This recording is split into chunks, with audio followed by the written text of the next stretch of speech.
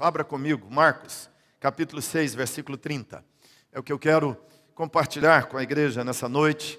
E para mim, como pastor, essa palavra, essa narração do que Jesus fez, é um desafio. Eu tenho meditado nisso desde o ano passado, final do ano passado. Eu tenho refletido nesse texto. E esse é um texto que tem me movido esse ano, que tem me inspirado diante dos alvos, sonhos, desafios, barreiras, dificuldades que surgem.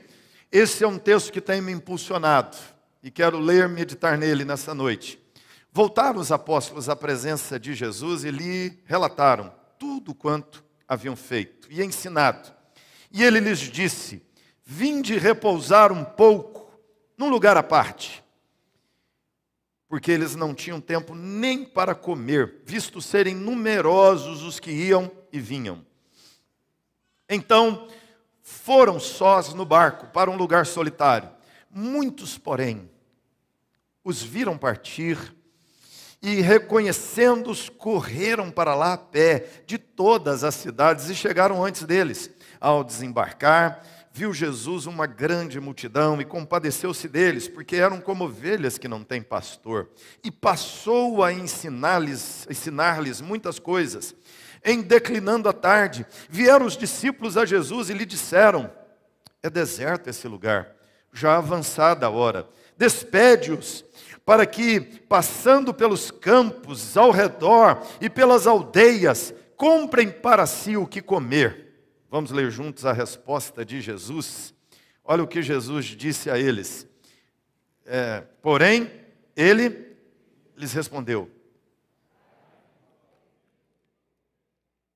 Disseram-lhe: iremos comprar 200 denários de pão para lhes dar de comer. Vamos de novo, agora bem forte. Porém, ele lhes respondeu: dai-lhes vós mesmos de comer. Disseram-lhe: iremos comprar 200 denários de pão para lhes dar de comer. Ele lhes disse: quantos pães tende? E de ver. Sabendo eles, responderam: aleluia! Olha só, quantos pães tem? Aí seria aquele negócio, não é? Murchou o projeto. Murchou tudo, porque a turma sai para contar animado. Vamos contar os pães. Aí quando conta, quantos pães? Quantas pessoas tinha? O texto nos diz que eram 5.000 homens. Então você tem 5.000 homens, fora mulheres e crianças. Bem provável que eram mais homens do que mulheres e crianças, por causa da questão do deslocamento. Os homens andavam mais que as mulheres, para esses lugares fora. Então, mas 5.000 homens representa 6.000 pessoas, 7.000 pessoas, 10.000 pessoas. Era uma grande multidão. Quantos pães, quantos peixes? Vai dar, não vai? Vai dar briga, né? Na hora que o sujeito abrir aquela lancheira com aquele cheiro de sardinha, imagina a confusão que seria. Então Jesus lhes ordenou que todos se assentassem em grupos sobre a relva. Sabemos aqui que era difícil e desafiador, e difícil controlar a multidão, mas Jesus mandou se assentar em grupos, fizeram repartindo em grupos de 100 em 100, de 50 em 50. Tomando eles os 5 pães e os 2 peixes, erguendo os olhos aos céus, os abençoou. Abençoou aquele pouco de pão. Partindo os pães, deu-os aos discípulos, para que os distribuíssem, e por todos repartiu também os 2 peixes. Juntos, até o final, vamos lá? Todos comeram e se fartaram, e ainda recolheram 12 cestos cheios de pedaços de pão e de peixe. Os que comeram dos pães eram 5. Você entende essa história, queridos? Esse é um dos milagres mais importantes realizados por Jesus. se dá para classificar milagres por importância, esse é um dos mais importantes. Por que eu estou dizendo? Porque Jesus, por 2 vezes, multiplicou pães e peixes. Tem esta multiplicação para 5.000 homens, tem a outra multiplicação para 4.000 homens, eram 7 pães e 2 peixes, e um peixinho. Aqui você tem os 5 pães e os 2 peixes. E este milagre é narrado pelos 4 evangelistas. Os 4 evangelistas narram esse milagre. Se os 4 fazem questão de contar, e se por 2 vezes Jesus fez o mesmo tipo de milagre, Jesus queria muito ensinar algo aos discípulos. O Espírito de Deus queria muito que nós, como igreja, entendêssemos alguns conceitos que são vitais para que nós pudéssemos existir, subsistir e avançar como igreja. Esse é um milagre que tem incomodado muito os céticos. Muitos céticos têm dificuldades com esse milagre. Eles têm seríssimas dificuldades. Por exemplo, alguns têm a teoria do natural, que não aconteceu o milagre, que na verdade o que Jesus fez? Jesus naquela hora, ele estava ali reunido com aquela multidão, e Jesus por diversas vezes ele dizia: eu sou o pão do céu, eu sou o pão vivo. Então na verdade Jesus não deu pão físico para aquelas pessoas, Jesus distribuiu a si para aquelas pessoas, e todas elas comeram, se alimentaram de Jesus, que é o pão, o peixe, é o ictus, símbolo de Cristo. Então simbolicamente Jesus alimentou a multidão, mas não teve milagre. Assim alguns teólogos céticos explicam o milagre. Outros têm a teoria do mitológico, não é? Eles dizem que na verdade isso não aconteceu, isso foi uma invenção de Mateus, de Marcos, de Lucas e de João. Eles são tão bons que eles são melhores que Mateus, Marcos, Lucas e João juntos. Eles dizem que foi invenção dos evangelistas, não aconteceu o milagre. É que eles leram no Velho Testamento que haviam acontecido provisões de Deus. Quando, como Eliseu multiplica o pão, Deus manda o maná do céu. Então, inspirados nisso, os evangelistas criaram uma narração de uma multiplicação dos pães e projetaram em Jesus. Alguns têm a teoria do natural, que é a teoria do natural.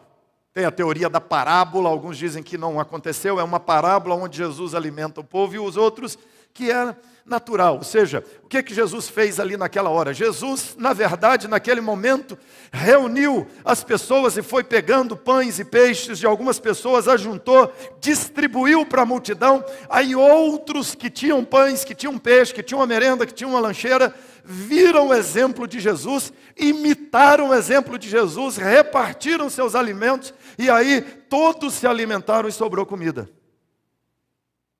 Eu estava lá na região onde isso aconteceu, o texto diz que foi perto de Betsaida, Betsaide, quer dizer casa da pesca. Estava nesse lugar uns anos atrás, mais ou menos uns 10 anos atrás. Estava lá e um guia judeu, professor de história da Universidade Hebraica, cético, e ele explicando no lugar do milagre, ele dizendo: foi aqui que Jesus fez a multiplicação dos pães. Aí ele virou para o grupo que estava lá e disse: olha, vou falar uma coisa para vocês, Jesus não fez milagre nenhum. Aqui, Jesus só pegou as pessoas assim, que tinham lanche, deu do lanche que ele tinha para essas pessoas, e as outras, seguindo o exemplo de Jesus, pegaram seus lanches também e distribuíram para todas as pessoas. Ele era adepto da teoria do natural.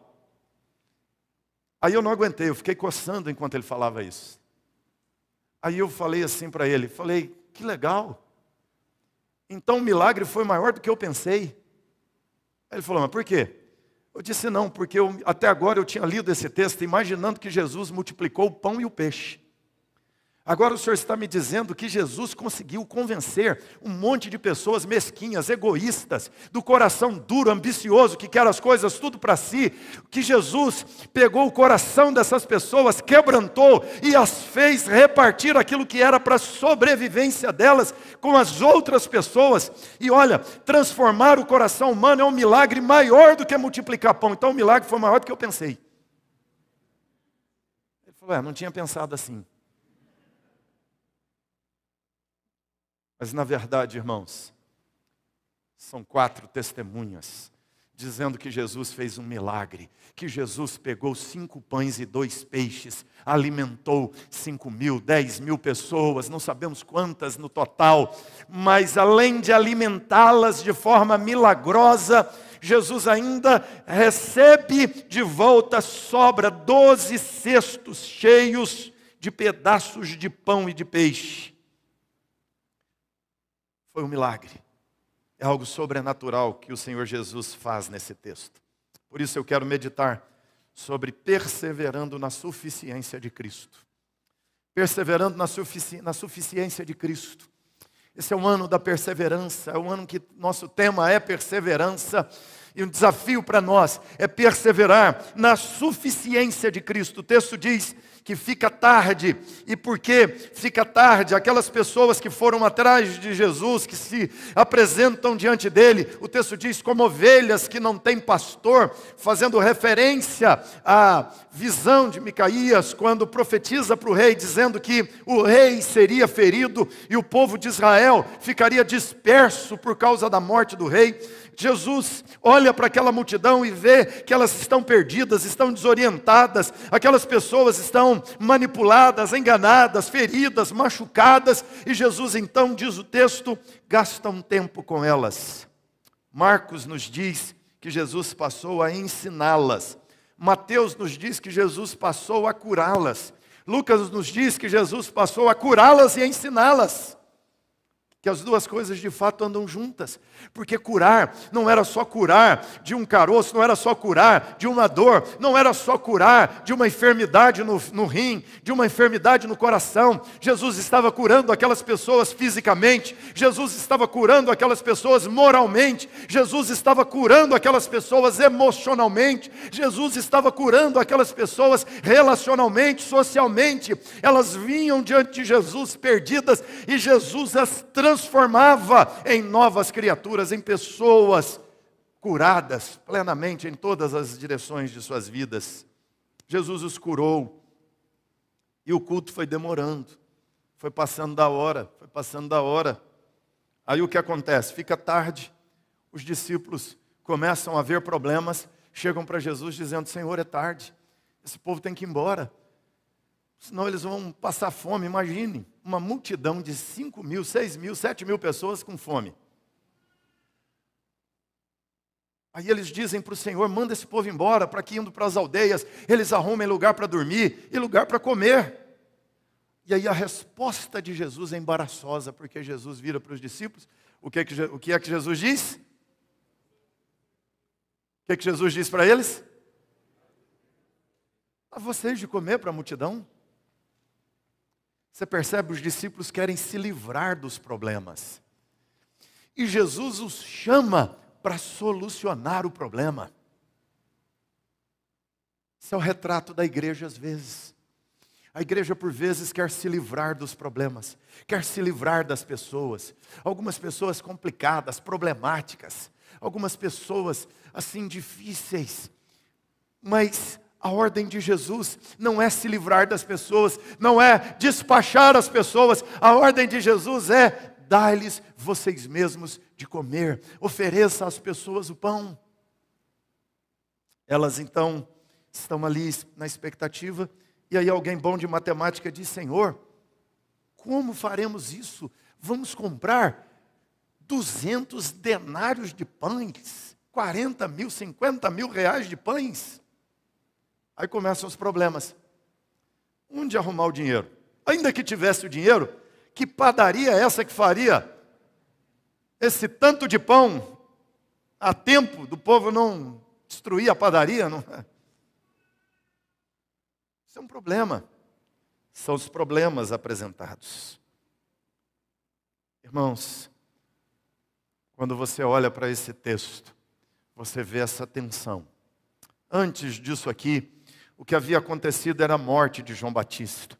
Então há uma tensão da perseguição, há uma pressão da perseguição sobre o ministério de Jesus.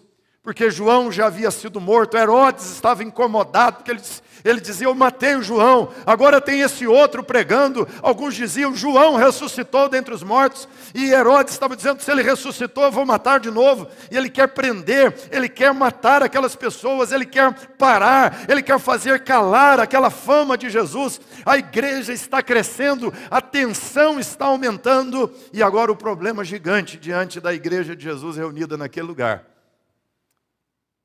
Tem 8, 10 mil pessoas reunidas, tem que dar lanche para todo mundo e não tem dinheiro, não tem pão, não tem braço. A igreja não tem braço para fazer tudo o que tem para ser feito naquela hora, naquele lugar. Jesus então diz a eles: o que vocês têm? O balanço, 5 pães, 2 peixes. Jesus diz: basta, é suficiente. Jesus abençoa aqueles pães. Jesus não reclama os 5 mil pães e peixes que faltam. Jesus agradece os 5 pães e os 2 peixinhos que eles têm. E em gratidão, Jesus manda distribuir. E eles saem distribuindo, organizando as pessoas de 100 em 100, 50 em 50. Todos comem, irmãos. É um milagre. Todos comem e sobra mais do que tinha antes. Isso nos ensina que os recursos são insuficientes, mas Cristo é suficiente. Os recursos não bastam, mas Cristo basta. Os recursos são poucos, mas Cristo é supremo, é grandioso. E Jesus está aqui já ensinando para os discípulos, e não somente aqueles discípulos lá, os discípulos de Jesus ao longo da história, para a igreja de Jesus. Sempre foi desafiador caminhar. O que esse texto nos mostra, irmãos, é que a vida multiplica os problemas, mas Jesus multiplica as soluções. A vida gera problemas, a vida gera complicações. Se nós olharmos só para a vida, faltará pão, faltará gente, faltará dinheiro, faltará força, faltará dons, faltará inteligência, faltará capacidade de realização, faltará gestão, faltará mão de obra qualificada. Se olharmos só para nós, faltará segurança, faltará justiça. Se olharmos para a vida, nós teremos inumeráveis faltas para listar, mas quando nós olhamos para Cristo Jesus, nós enxergaremos a suficiência de Cristo. A vida gerará problemas. É assim na tua casa, é assim no teu negócio, é assim na caminhada da igreja. Não falta a turma para dizer: ó, vai custar 200 denários, nós não temos dinheiro. Tem 5 mil pessoas, nós não temos gente para distribuir. Olha, os dias são difíceis, há perseguição, há problemas, há pressões.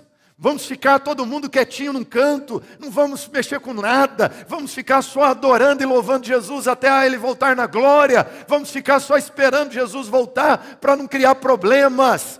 Não, o Senhor Jesus está dizendo, irmãos: vão, sirvam a multidão, dê de comer aos famintos, dê cura aos doentes. Jesus está dizendo: não, apacentem os perdidos, chamem, acolham a multidão e distribuam a elas aquilo que o Senhor deu a vocês.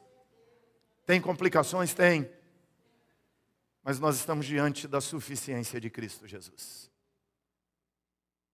Em segundo lugar, nós podemos dizer, a vida traz impossibilidades, a vida apresenta impossibilidades. A vida é assim, apresenta impossibilidades. Faz as contas, não dá. Olha para o pão, olha para o peixe, olha para a multidão, compara um com o outro, não dá. Mas se a vida nos apresenta impossibilidades, Jesus nos apresenta o impossível. Ele faz o impossível, Ele realiza as coisas impossíveis.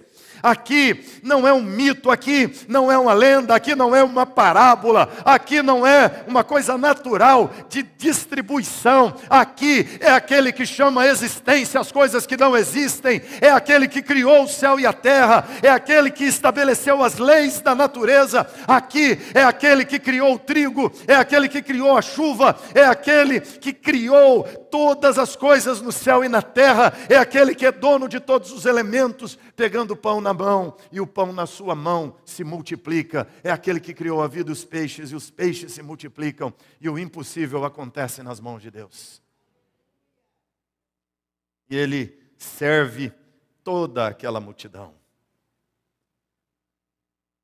A situação é crítica, irmãos, é de impossíveis. João nos diz que o pão era de cevada. Você já reparou lá? João diz que o pão era de cevada. O que significa isso? Que o menino era pobre. Que pão de cevada era comida de animal e de pobre. O rico, melhorzinho de vida, classe média para cima, comia pão de trigo. Mas quando as pessoas eram muito pobres, elas faziam pão de cevada. João nos diz que o menininho que levou o lanche, levou 5 pãezinhos de cevada. Então, por associação, possivelmente o peixe era uma espécie de sardinha. Ou era tilápia ou sardinha, não era também salmão, entendeu? Fala pão e peixe, você pensa assim, era aquele pão de 12 grãos, que custa caro, era um salmão. Não. Era uma tilápia ou era uma sardinha, no máximo. Era uma situação de escassez, era uma situação de pobreza, era uma situação de impossibilidades, de complicações. Mas o Senhor Jesus pergunta: o que vocês têm aí? Eles dizem 5 pães e 2 peixes. Jesus diz: basta, isso é suficiente. Porque, irmãos, não é o quanto dinheiro nós temos, não é o quanto de pessoas talentosas temos, não é a capacidade do pastor, não é a capacidade dos pastores, não é quantos seminaristas, quantos presbíteros, quantos músicos, quantos coristas, quantos líderes temos. Na verdade, irmãos, a obra do reino é impossível de ser realizada por nós, mas na suficiência de Cristo, o impossível acontece e a obra de Deus segue prosperando gloriosamente. É o impossível. A vida vai multiplicar as impossibilidades. A vida produz escassez. Jesus gera abundância. Essa matemática aqui é sobrenatural. 5 pães, 2 peixes.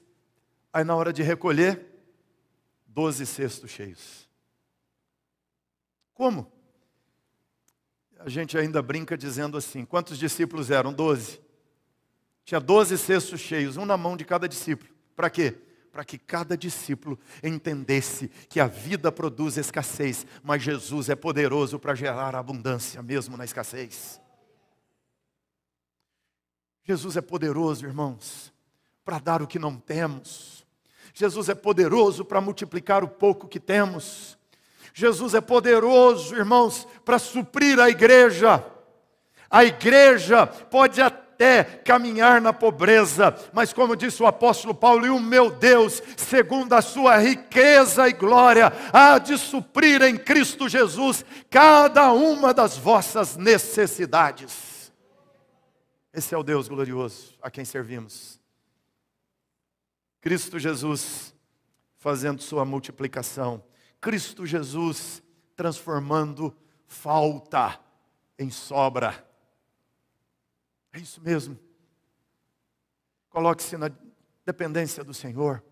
Como indivíduo, como pessoa, nas tuas contas pessoais, na tua finança, na tua luta, na tua casa, no teu trabalho, no teu negócio. E nós, como igreja, como coletividade, como congregação, nós temos que nos colocar na dependência do Senhor, na suficiência do Senhor Jesus. Nós temos que nos colocar diante de Cristo, em quem Ele é, no que Ele faz, no que Ele já fez na história, no que Ele faz em nós, no que Ele faz por nós, no que Ele fará através de nós. É por isso que Jesus diz: dá-lhes vocês mesmos de comer. Quando nós olhamos para todos os desafios que temos, irmãos, quando nós olhamos para a arrecadação da igreja. De vez em quando eu converso aí com o povo lá fora. Alguns pastores me falam assim, você deve ter muitos milionários na sua igreja. Eu falo, tem sim. Tem um monte. Pode não ser milionário de dinheiro, mas tem milionário de fé, não tem? Olha, se nós formos milionários de dinheiro, nós ficamos mesquinhos. Nós não damos nada para a igreja e nem trabalhamos pela fé. Mas não é o quanto dinheiro temos, é o quanto confiamos no Senhor Jesus. Tudo acontece porque aquele menino entregou os seus 5 pães e os seus 2 peixes. Você já pensou a situação do menino?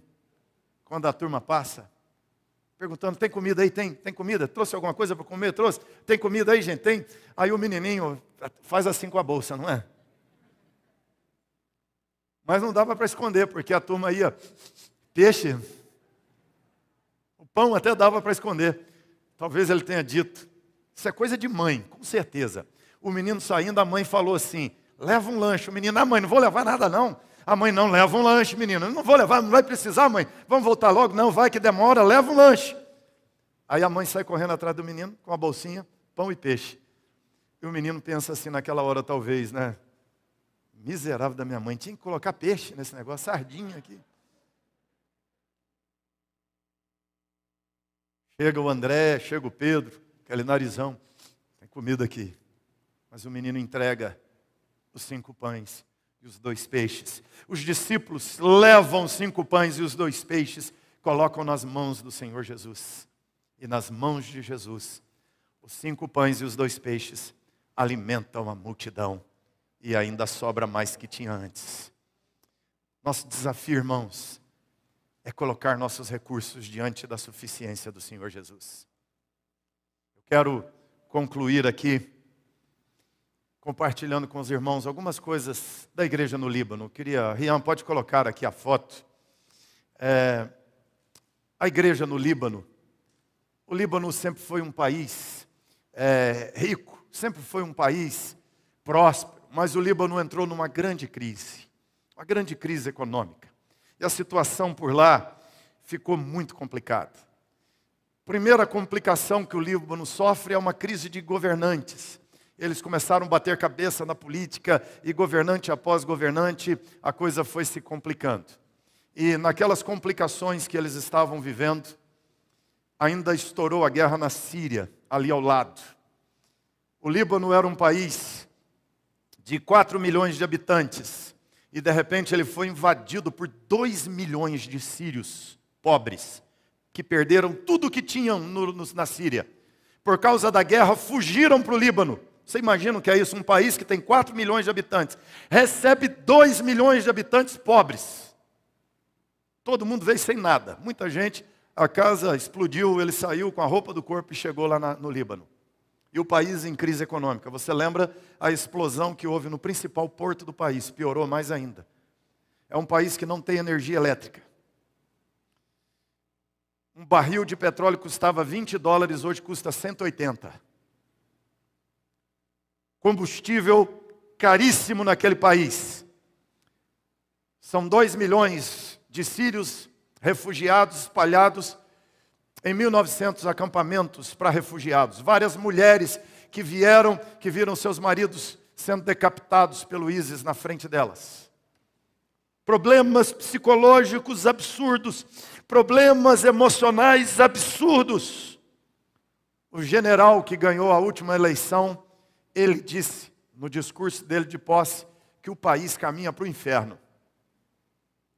Sujeito, naquela situação do país, o presidente dizendo que o país está caminhando para o inferno. Tão crítica que é a situação. 78% da população hoje vive abaixo da linha da pobreza.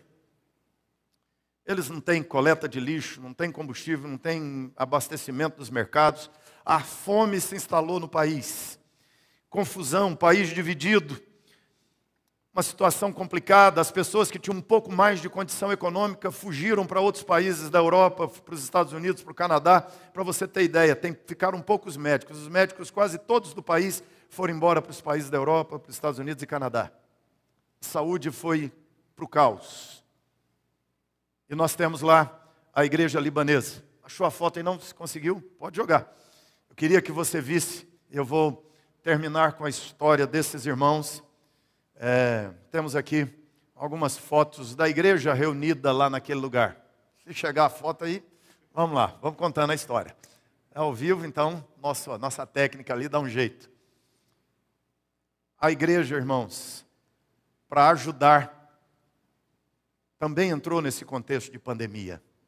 Uma crise econômica piorada e acentuada mais ainda. Volta ali, tem uma foto da congregação. Já te conto a história dessas 3 pessoas. Tem uma foto antes dessa ou depois dessa aí. Tem uma foto da igreja reunida. A igreja chama Vine Church. É uma igreja fiel. Eles começaram a fazer evangelismo nas ruas. E eles começaram a visitar casas.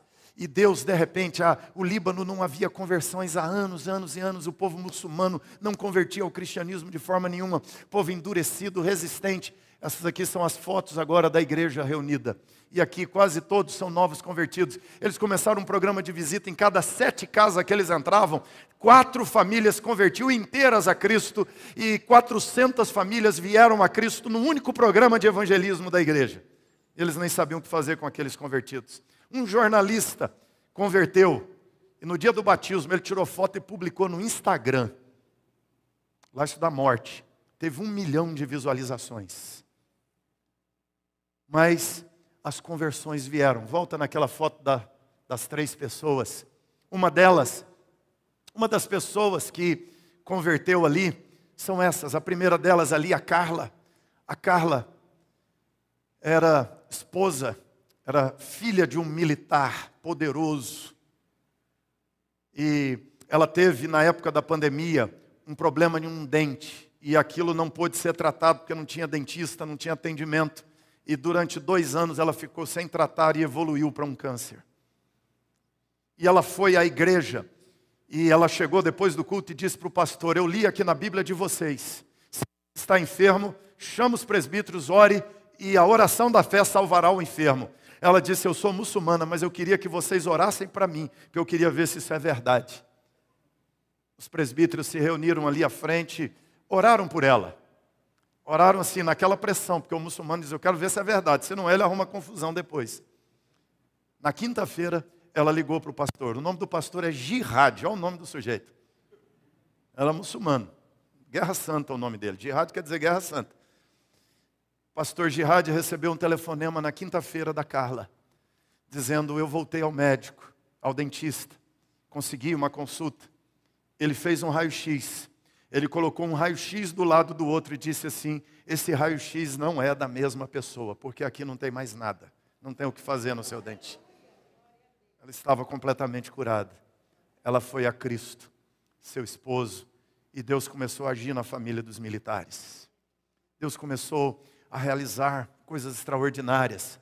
A Fida é síria. Estava na situação, na zona de guerra. Ela é filha de um general alauíta, muçulmano radical. É um muçulmano islã mais místico. E ela, no meio da guerra, fugiu da Síria para o Líbano. Chegou no Líbano, foi para o território dos curdos. Quando chegou, estava no meio de um combate. Ela estava grávida, o marido para a guerra, possivelmente morto na guerra. E ela, grávida, fugiu para o meio dos curdos. Quando chegou numa das cidades curdas, entrou em trabalho de parto, no meio de um bombardeio, no meio de uma confusão. E não tinha como ser atendida, passou da hora da criança nascer. E ela começou a passar mal, foi para o hospital. Estando no hospital, ela entrou num processo de óbito.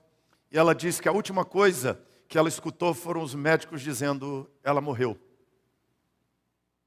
E apagou. E de repente ela disse que acordou com uma pessoa do lado dela, uma mão quente, o corpo dela já estava gelado. Ela acordou com uma mão no ombro dela. E na hora que aquela mão tocou, ela sentiu que era uma mão quente, calor humano. A pessoa abaixou no ouvido dela e disse assim: eu sou Jesus. E você será restaurada agora. Ela deu à luz a criança que nasceu saudável. Saiu daquele hospital. Foi até a igreja. recebeu Cristo. Hoje é membro dessa igreja que eu mostrei a foto para vocês, é uma das líderes ministeriais na igreja agora. Está lá com a sua criancinha. O outro tem ali o Mazen. O Mazen era um sheik muçulmano. Um sheik é um líder máximo, acima do imã. Um sheik muçulmano, durante 7 anos, ele estudou uma espécie que seria um doutorado em Islã. E ele começou a estudar e a mente dele começou a ficar confusa. Porque ele começou a achar incoerências, inconsistências na doutrina islâmica. E ele disse, quanto mais ele estudava o islamismo, menos ele acreditava no Islã. E ele disse, isso não está certo. E ele saiu desesperado, foi até uma cidade de cristãos ortodoxos. Uma cidade onde 90% são ortodoxos. E lá na cidade ele disse, eu quero procurar cristãos para ouvir sobre o cristianismo, porque o Islã não dá. E ele ficou com vergonha de ir a uma igreja, porque ele tinha medo por ser muçulmano. E ele teve uma ideia brilhante, ele começou a ir aos cemitérios, quando tinha velório de um cristão. E todo velório de cristão ele aparecia lá. Um dia, um dos irmãos de uma igreja o abordou dizendo, quem é você? Eu vejo que todo velório você aparece aqui. E ele perguntou, você é agente secreto para espionar a igreja e denunciar para o governo?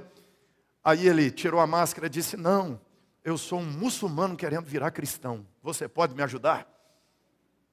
Aquele irmão disse, você quer ser ajudado? Então deu um telefone, deu o telefone do pastor Jihad para ele e falou, olha, procura esse pastor, ele vai discipular você.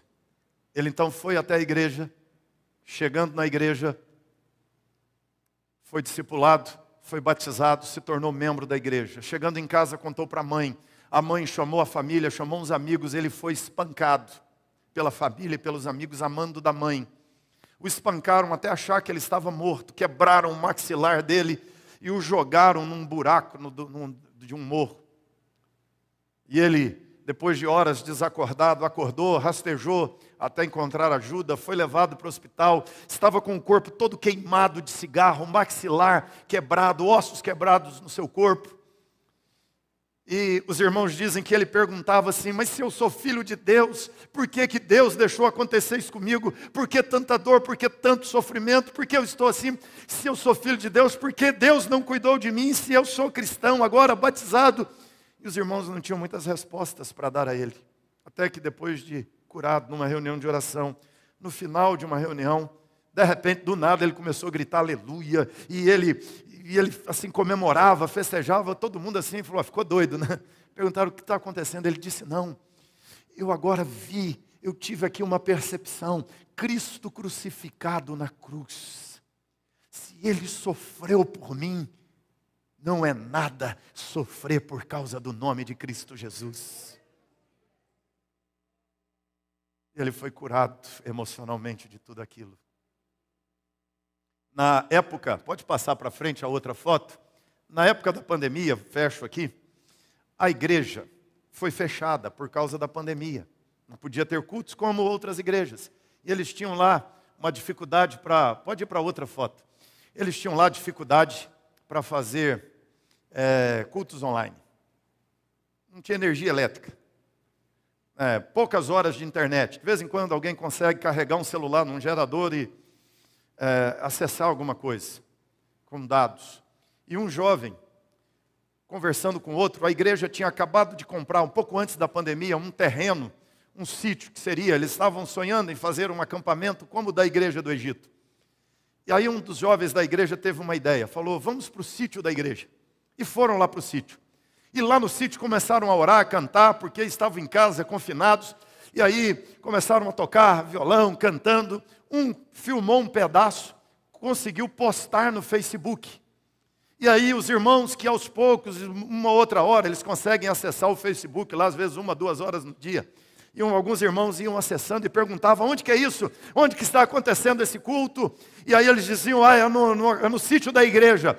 Então as pessoas começaram a ir para o sítio da igreja. E daqui a pouco tinha 15, 20 irmãos, 40 irmãos A sala onde eles reuniam ficou pequena, eles disseram, vamos aumentar a sala. Foram lá, compraram material de construção, começaram os irmãos da igreja a construir um auditório para cerca de 400 pessoas, e as pessoas foram chegando. Um mês depois o salão estava lotado e virou um acampamento. E alguém teve uma ideia, gente, nós estamos passando fome, não tem o que comprar na cidade, vamos plantar. E eles começaram a pegar mudas de planta, começaram a plantar, conseguiram sementes e foram plantando e ficaram no confinamento lá no acampamento da igreja. Aí o que aconteceu? Do acampamento, a pandemia passou, virou isso daqui, uma plantação de hortaliças e legumes. A igreja tinha um programa de distribuição de cestas, não podia distribuir mais, estavam na pobreza, precisando de cestas. Aí o que começou a acontecer? Eles começaram a colher, compraram o trator. E olha ali as colheitas. Sabe o que eles estão fazendo? Colhendo. E tem mais de 400 famílias vivendo do que eles colhem. E além de colher para os irmãos da igreja, a igreja está distribuindo comida na cidade inteira. Uma pessoa denunciou a igreja, foi ao serviço secreto, foi um gerente do serviço secreto, dizendo, aqueles crentes, aquela igreja, olha o que eles estão fazendo, estão batizando muçulmanos. Olha lá, mostrou a foto do jornal. O cidadão, o diretor do serviço secreto, quando recebeu a denúncia, falou assim, eu estou sabendo o que aqueles cristãos estão fazendo. Inclusive, a minha mulher já está lá na igreja e eu estou querendo ir para aquela igreja também. Eu quero virar cristão. Irmãos, a suficiência não é da igreja, a suficiência é de Cristo. É Jesus o Senhor da igreja de Atos, o Senhor da igreja do Líbano, o Senhor da igreja presbiteriana da Penha, o Senhor da igreja brasileira, o Senhor da igreja global. É o Senhor que lá em Betsaíde multiplicou os pães, multiplicou os peixes, alimentou 5.000 homens e ainda sobraram 12 cestos cheios. E glorificado seja o nosso Senhor, porque é Ele o poderoso, o suficiente, em quem confiamos e acreditamos 66 anos e continuaremos crendo e pregando esse Senhor para que todos se alimentem do pão da vida que é Jesus. Você podia fechar seus olhos e orar. Qual é o seu compromisso com a igreja de Jesus? Somos parte dela, começou lá, insuficiente, limitada em seus recursos, mas continua até aqui, irmãos. Somos a continuidade. Jesus fez esse milagre lá atrás para ensinar que nós caminhamos no milagre. É um milagre de Deus a igreja. A igreja é um milagre. As finanças, um milagre. A conversão, um milagre. As libertações, as transformações, os milagres do Senhor. A igreja vive, cresce, existe, resiste, sustentada pelos milagres do Senhor Jesus. Louvado seja o Senhor. Fica de pé, dá graças a Deus pelos milagres até aqui. Ora ao Senhor, diga, Senhor, eu quero entregar meus pães e meus peixes, eu quero entregar meu talento, meu tempo, minha vida. Eu quero ser servo do Senhor, eu quero distribuir o pão para os famintos. Eu quero, Deus amado, comer dos teus milagres, ser sustentado por teus milagres. Eu quero, Senhor, proclamar os teus milagres. Eu quero ser usado pelo Senhor nessa igreja. Eu quero ser usado pelo Senhor na tua obra. Assim oramos, Pai, no nome de Jesus, como igreja, agradecendo o que o Senhor já fez de milagres até aqui. E sabemos que o Senhor tem milagres para hoje. O Senhor tem milagres para esta semana que começa. O Senhor tem milagres para 2022. O Senhor tem milagres, ó Deus, na saúde, na cura física, na cura emocional, na cura espiritual, na cura moral. O Senhor tem milagres nas finanças. O Senhor tem milagres na gestão. O Senhor multiplicou o pão e o peixe. O Senhor multiplica o pão e o peixe ainda hoje. Que seja assim na casa de cada um de nós. Que seja assim na tua casa, no nome precioso de Jesus. Aleluia, louvado seja o nosso Senhor.